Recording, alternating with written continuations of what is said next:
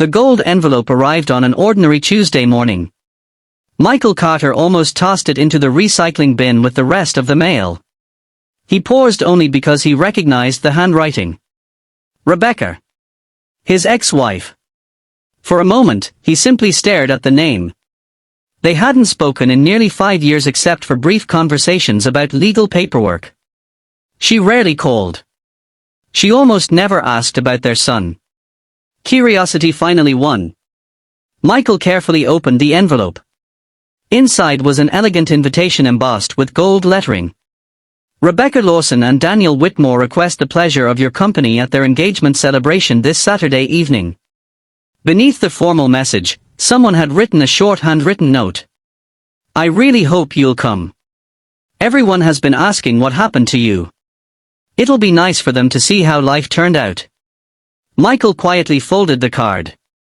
He understood exactly what those words meant. This wasn't an invitation built on kindness. It was built on comparison. Rebecca wanted everyone to see how successful she had become. And how unsuccessful she believed Michael still was. He placed the invitation on the kitchen counter without saying a word. Across the room, his 9-year-old son, Noah, looked up from finishing homework. Dad. Michael smiled. Nothing important. But Noah had learned long ago that adults often smiled when something hurt.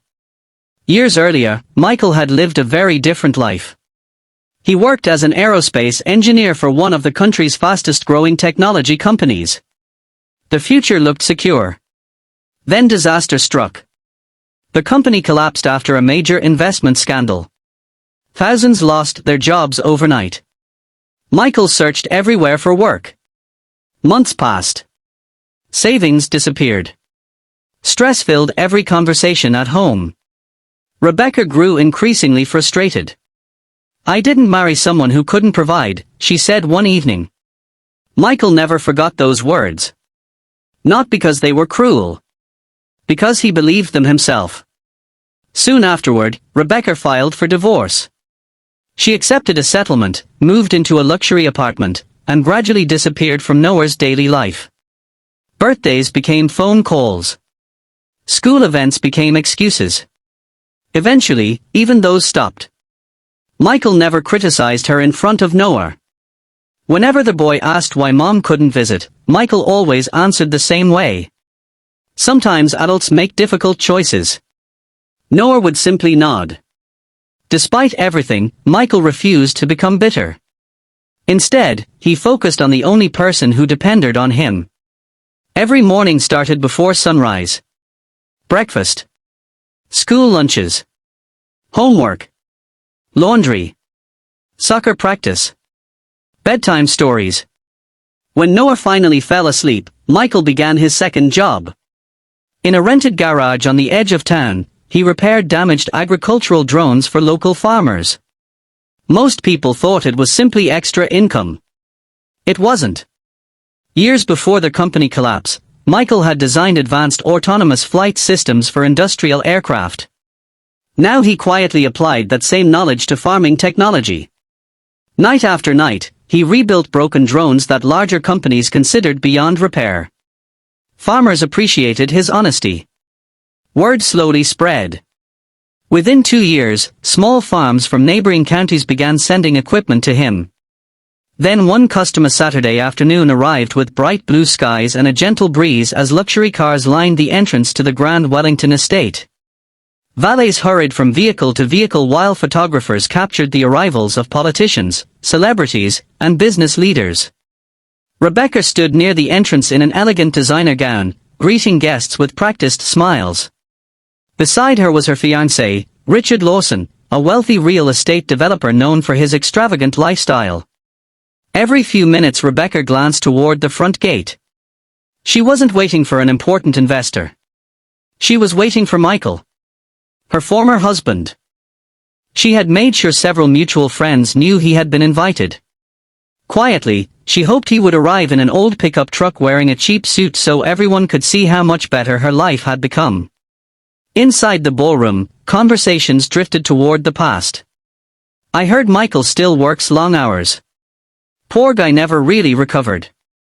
Rebecca definitely made the right choice. No one noticed Ethan quietly listening from a nearby table.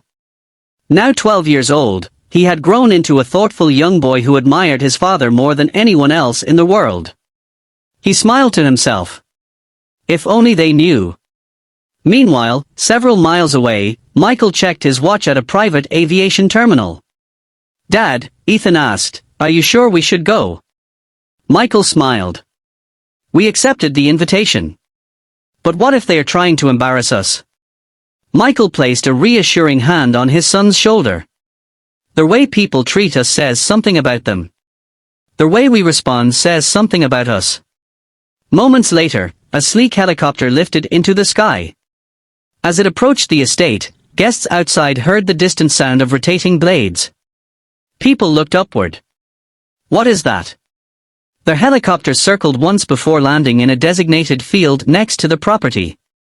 Photographers immediately rushed toward it, assuming an international celebrity had arrived. The cabin door opened. Michael stepped out first. He wore a perfectly tailored navy suit, simple but elegant. Behind him came Ethan, smiling proudly beside his father. The crowd fell silent. Rebecca stared in disbelief. This can't be right." Richard frowned. How did he afford that? Neither of them knew the helicopter belonged to SkyGrid Technologies, the international engineering company Michael had quietly built over the previous 6 years. After the divorce, Michael had continued repairing industrial drones every night. What began as freelance work slowly became a small engineering workshop. That workshop became a manufacturing company. His team developed advanced aerial inspection drones capable of safely examining bridges, wind farms, and power lines in places too dangerous for people to reach. Major energy companies noticed. Government agencies signed contracts. International investors followed. Michael never chased attention. He focused on solving real problems. Eventually, SkyGrid became one of the fastest-growing technology companies in the country. The helicopter wasn't a symbol of wealth. It was simply the fastest way to travel between project sites. As Michael and Ethan entered the estate, conversation stopped completely. Several executives immediately recognized him. "That's Michael Carter, the founder of SkyGrid. I've been trying to schedule a meeting with him for months." Richard's confident smile slowly disappeared. Rebecca remained speechless.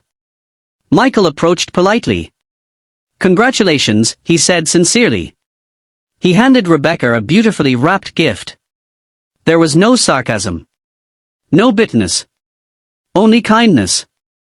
She accepted it awkwardly. Thank you." Richard finally spoke.